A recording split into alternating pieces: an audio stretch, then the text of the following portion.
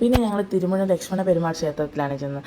അവിടെ ആണെങ്കിൽ യാതൊരു തിരക്കും ഇല്ലായിരുന്നു. നേരെ ചെല്ലുക, ചെന്ന് തൊഴുക, ഇറങ്ങുക, അങ്ങനെ ഒരു ഇതായിരുന്നേ. നമ്മൾ നമ്മുടെ വീടിൻ്റെ അടുത്തുള്ള അമ്പലത്തിൽ എങ്ങനെയാണോ പോകുന്നത് അതുപോലെ ഞങ്ങൾ നേരെ ചെന്ന് കയറി തൊഴുത് ഇറങ്ങി വന്ന് ഞങ്ങൾ തിരിച്ചിറങ്ങി വന്ന് അങ്ങനായിരുന്നു നമ്മൾ ചെന്ന് തൊഴുന്നതൊക്കെ ചെയ്തത്.